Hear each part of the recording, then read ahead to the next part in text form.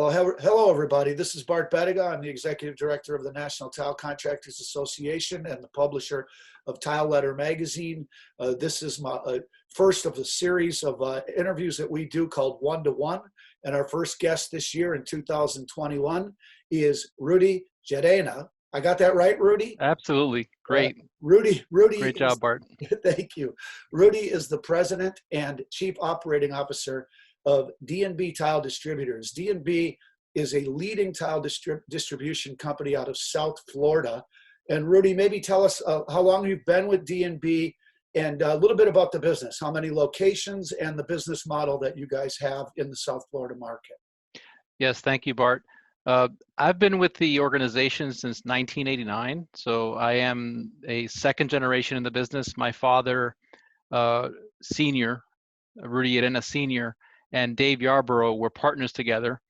And over time, Harold Yarborough had taken over the leadership in the organization, and then him and his dad, Dave Yarborough, took me under their wings, and I grew up in the business with them. So I've been in the business for a while. I was working for a manufacturer locally as a operations manager before I came to work with them. So I brought some skills that related to IT and so forth. So I've always been in the sales side, the marketing, and IT. So a little combination of all of it. Recently, we've gone through some restructuring, and we've got some people that are helping with that are department heads for that. So I can focus more on the business and the sales. And how many locations do you now have, Rudy? And currently we have 6 locations.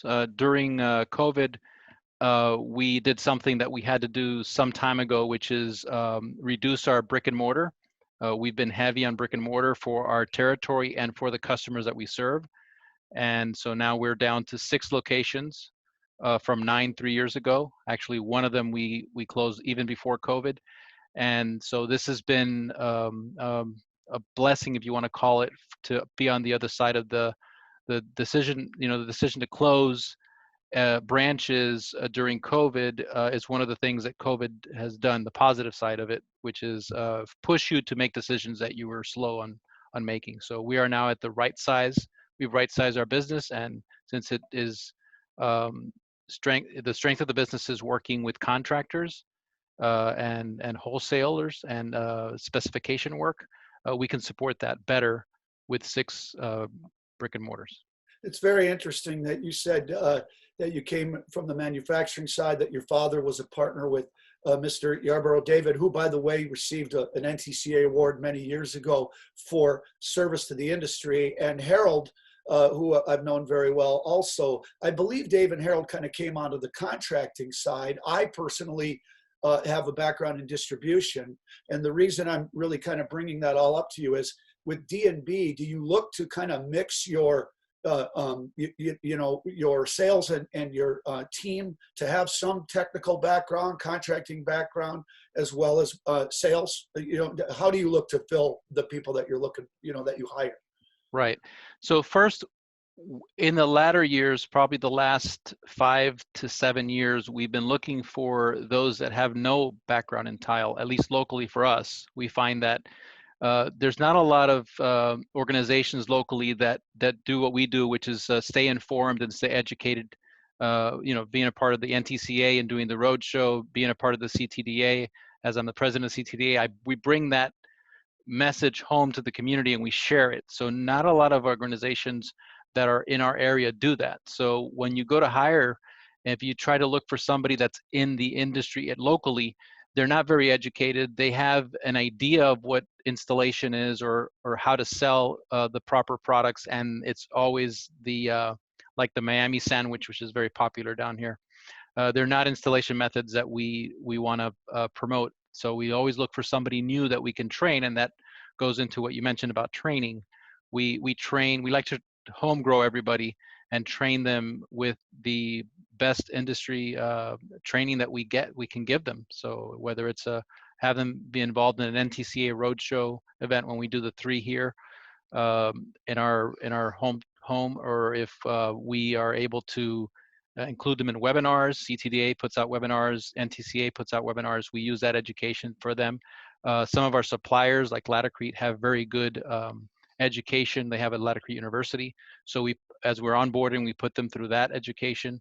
And then we also train them. We have classes that we do monthly now with COVID.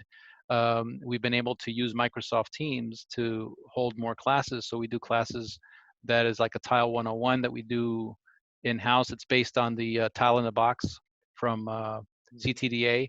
And we do a sales class as well. And we do some training on technical, on how to use our computer system. So we round, the training so that they can be whole as far as when they're working with a client and be professional, because we promote ourselves as consultants. So that's great. So just a commitment to training of your people, and really an interesting answer on sometimes it's best to bring people in without any bias in their own industry and bring them in and train them the D&B way, if you will, is kind of what I heard you say.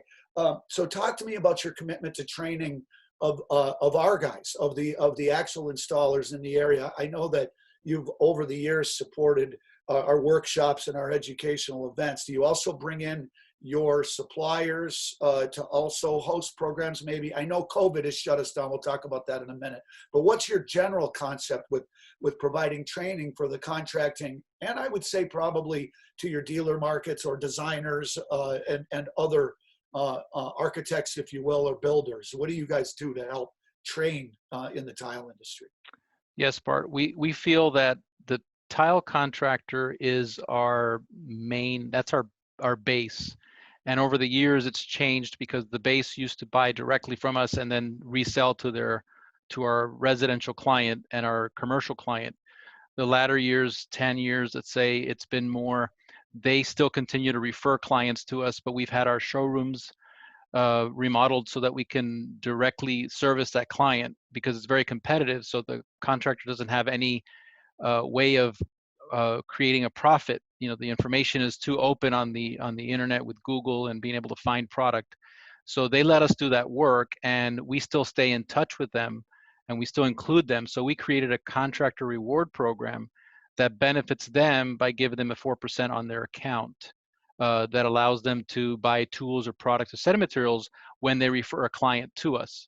And so the client comes in with their card, saying, with their customer account number, and we can relate, kind of keep that in as the base, because that's the base that got us here. We came out of contracting, we continue to support the contractor, and so we continue to connect with them and help them, because now on our website we have them in there as a find a contractor, the high quality guys. We vet them. Harold actually goes out and visits their job sites, and we do a process of vetting them. We put them on the website, and those that are on our website, clients, residential clients, commercial clients, can go and use that list, like you want to call it a referral list, but it's all vetted and it's on the website. So we try to go as much digital as possible to help them, because sometimes they're behind the times as far as digital. That's interesting. It's just it sounds like it's a model that we could use to actually help encourage other distributors around the country to implement. I think the certified tile, the CTEF, Ceramic Tile Education Foundation certification program, is also something that Harold has been on that board of directors. And so I think you guys have hosted that and tried to get that going. I know that that's difficult in a lot of markets, and I know that you supported that. Is that part of the referral too? That would, I suppose, if they have that designation, they would rise to the top of your ranks. So it's interesting because on our website, when you go to that page, we had to pay our developers extra to create that basically sort, that automatic sort. So our promise, Harold's promise, and we made every effort to back that up, was anybody who's certified a CTI would then rise to the top on that list in any of the counties that we have them service. So if they service Broward County, you type in Broward County and the certified guys come up top. Obviously the guys that are not, even if they're legacy guys, have been with us 20, 30 years, if they have decided not to do CTI, they won't surface to the top first. So those guys get first pick at the clients, and you see it because we can share that data with them, because they can see how many times their company is selected and clicked on when someone's searching for a contractor. and those guys always benefit from first pick of clients. That's great. So Yeah. it's interesting that you brought up the Miami sandwich. So I'm going to share a little history with you about uh, uh, 15, 16 years ago when I was early in this career at the NTCA. I had talked with Harold and some other South Florida distributors about an issue related to scribing felt. People were using scribing felt on slabs, and it was turning kind of to mush, and it was really not working very well. The NTCA put out a document on that, and I don't know if that stopped it, but I think it helped. It helped to create education and information about that not being a great practice. The other thing that we've seen in recent years has been an inordinate amount of installers using spot bonding, right? And I think the spot bonding became it was always an issue, but it became a really big issue when, as distributors, we all started importing very large formats, rectangular formats, and the subsurface needed to be very, very flat. And in order to get that flat, a lot of the guys would sometimes use too much adhesive or less, and so they started to spot bond. And we've put out a lot of information about the danger of spot bonding, especially on floors, but also on walls, especially in wet areas. My long-winded thing here is, tell me what is the Miami sandwich? I've heard this from some guys, but I know it's a very common practice, but not a lot of us else around the country know what it is. So can you describe what that is? Sure. Basically, what they take is they create like a bond coat first with a skim coat of thin set, right directly onto the substrate, the concrete. Most of our substrates are concrete, and then they pack it with mud. They pack dry mud, mortar mix, sand. I mean, there's used different levels of. Sometimes it's the cheapest, Sure. cement, and sand mix that they can get out there. But just to get the leveling part of it, and then they coat the back of the tile, marble, whatever product they're using, and then sandwich it. So then you've got the bond at the bottom, the bond at the top, and then you got the center. And so I prefer to have a Miami sandwich or a Cuban sandwich, but I love but a Cuban sandwich too. right, with one of those little Cuban coffees. So that's been tough because we sell, one of our locations is very heavy with contractor based. We sell a lot of mortar mix and a lot of setting materials to support that. So for us, it's tough because we educate on it, and now the push is to educate on self-leveling and the focus on underlayment. So we've partnered up again with Latacrete, and they're doing a great job of just spreading it out there, spreading the word. They've got the amount of reps we need, and along with our commercial reps. And we're fortunate we have a couple of your ambassadors down here, which is Mike from Trendsetter, Mike Weaver, and Ivan Elchino, which is down in Miami. And they're always, preaching how to do it right. So we just need to get more guys on board with that, how to do it right. Yeah, and it sounds like the Miami sandwich is again a way to address lippage and subsurface tolerance, and there's not a lot of budget sometimes in order to get paid to get it flat. And it's all about education, and you're right. In fact, Mike Weaver is going to work with me on a program, God willing, that we have coverings in Orlando to talk a little bit about local practices and to advise to try to avoid things of that nature. So you mentioned Latacrete. Tell me a couple of other type, what manufacturers you guys partner with from the tile side and your installation materials. Just a few highlights of the product mix that you guys offer, because I know that vendor relationships are very important to distributors like D&B. Absolutely. Custom and Map-Hay and Southern Grouts mortars, tongue twister there. Southern Grouts and Mortars, which is local SGM. Right. So in our market, what we learned through an acquisition we did in 2008, 2007, 2008, it was a competitor that was doing mostly tile contractor business, wholesale business. And what we found is that you couldn't have one manufacturer in your house because the client, that the contractor that used the other manufacturer now would take his business someplace else. So we're work with most of the major manufacturers, and we always invite them in, and they always support all the education that we do. So they all do uh, morning PKs, or they do uh, if they have a facility to do it, like MapPay does it, Laticrete does it, and Custom has done it.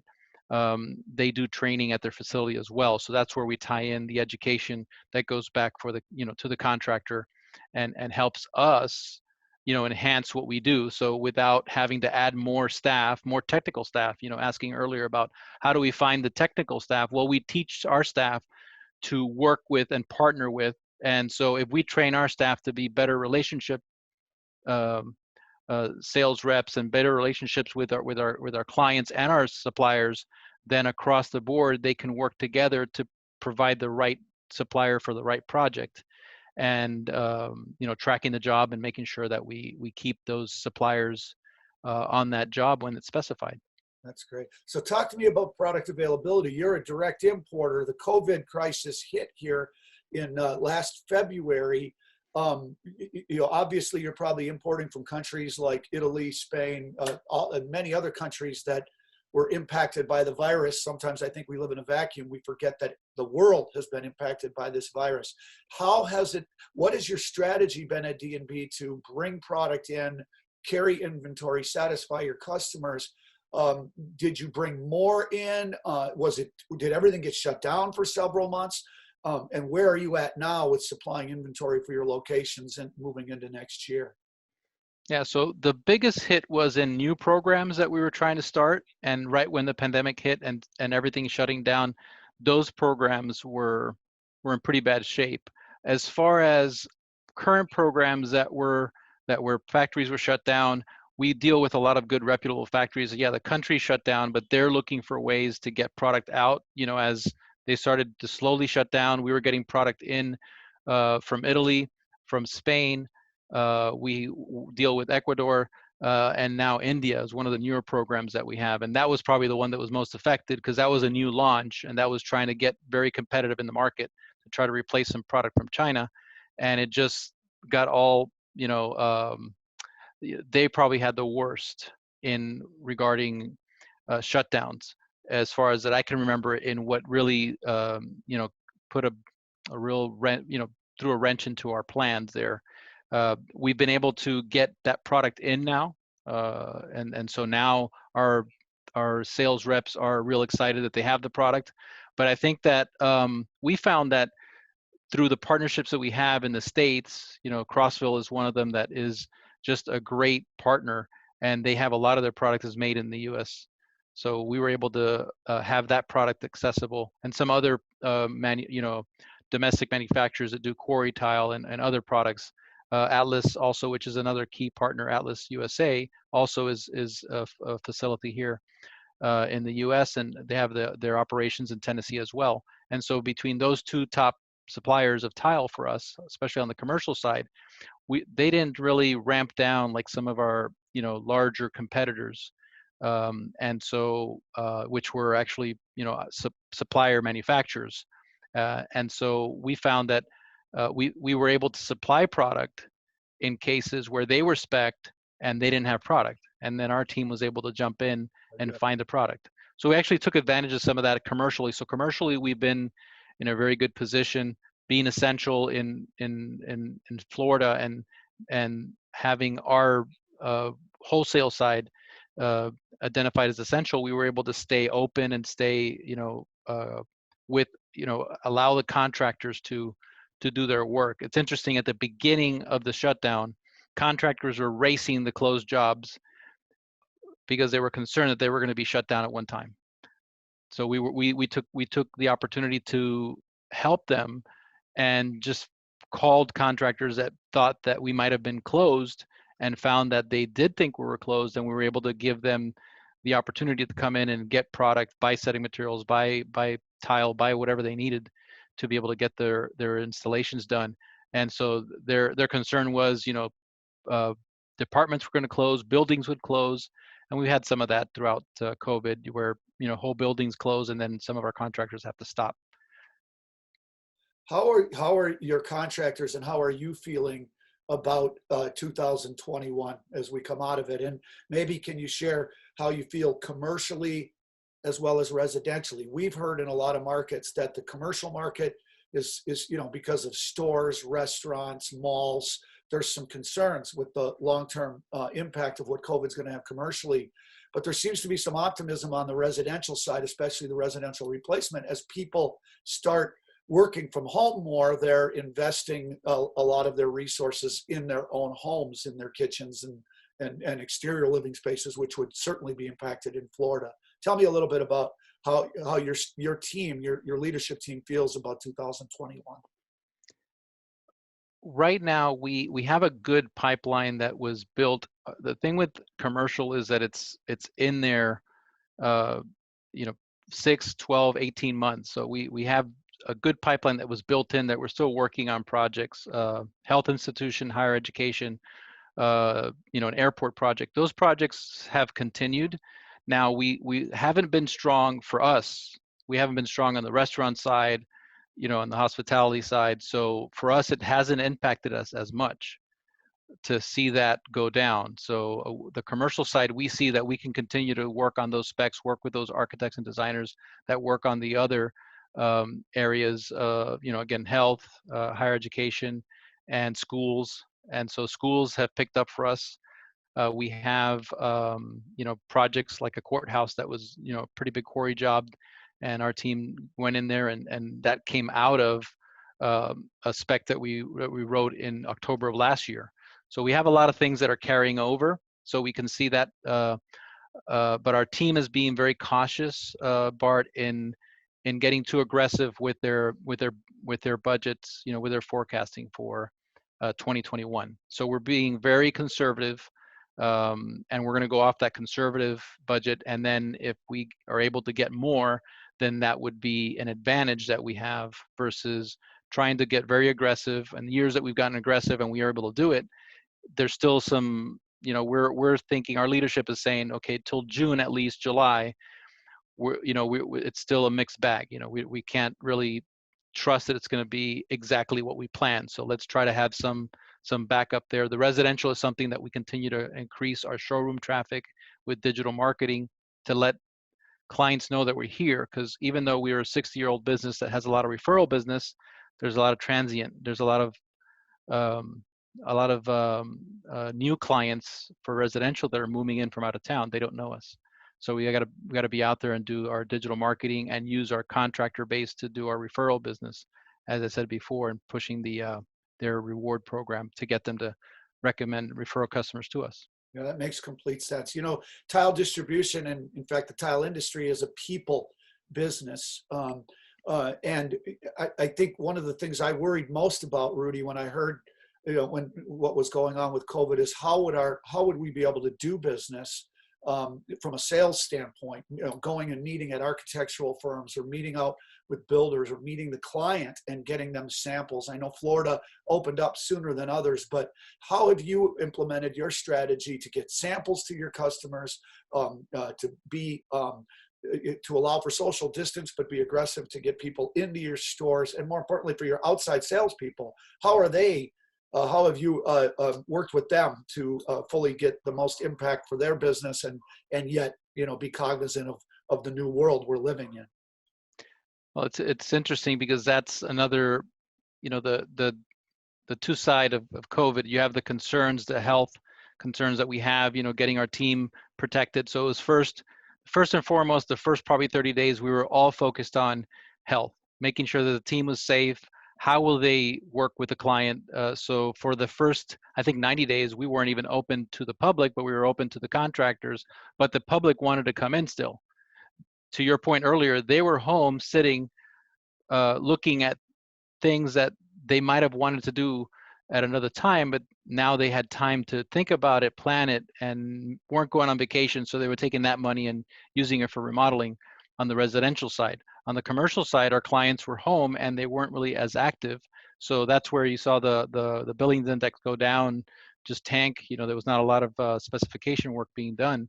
And so we worked on safety first, making sure our team was safe, making sure that they can take clients and be safe. So we put the splash guards at all the counters. We put the tapes down to keep everybody distant when they would come in. And then contractor traffic started flowing in, and we were managing that, how many people can be in the showroom at the counter at the same time. And our team has been very good at doing that. And so keeping everything clean, having disposable masks. If a client doesn't have a mask, that we can offer to give them a clean, sanitized, disposable mask, and cleaning everything and having hand sanitizer. But one of the things that, again, through this process of using something that we thought would never occur, or how could we implement, we thought to ourselves, how can we implement appointments? We're a business where the customer walks in when they want to walk in, as far as the residential customer. And so our team was always convinced that we could never do appointments. So in this case, there was no other choice. If we're open to the public, and we have some guidelines that say that you can't open to the public and have more than 10 people in the showroom, then we had to manage that. So we opened it up, used digital app that an app that we found, and used the digital format to get them to go online, made it very easy. They go online, they set the appointment, it emails the store. The store then manages the appointment between the 2 or 3 salespeople. And so I think that was, again, using technology, using the opportunity to find a way to get clients in and plan it and make it so it's safe for them and safe for us. And a lot of clients really like it. Now we're looking at, this is something that we can probably keep on doing. That's great. Appreciate that. Well, Yeah. kept you for a while. One last question. Just at the NTCA, we're only as good as the volunteers that we have that support us. And we've got an incredible group of ambassadors and board members. And I know that you are the president of the Ceramic Tile Distributors Association. So I want to thank you for, I know how busy you are trying to be a president and COO of a company, but you're giving your time back to your industry by being president of the CTDA. So maybe you could share with us just a couple of strategic objectives or things that CTDA is working on that our listeners might be interested in. Yes, the CTDA. First of all, I have to thank our executive director, and Rick Church has been with the organization for 25, 26 plus years, and the work that his group does to keep the association going is tremendous. And we have, through his his help, we have been doing member meetups every other week. So the members are coming together, and I invite any of the CTDA members to come in, even associate members. It's a good opportunity to hear what's going on. Some of these questions you asked, actually, that I had questions about at the beginning. Having this member meetup, we were able to work with share with each other best practices of how we're handling things. And so some of us that were early on were able to share with those that later on opened up, and then some that opened up were able to find different ways of handling the showroom and handling the contractors during COVID. So it's been a great opportunity to do that. We see how that can continue now forward, right? Continue to find ways to virtually connect.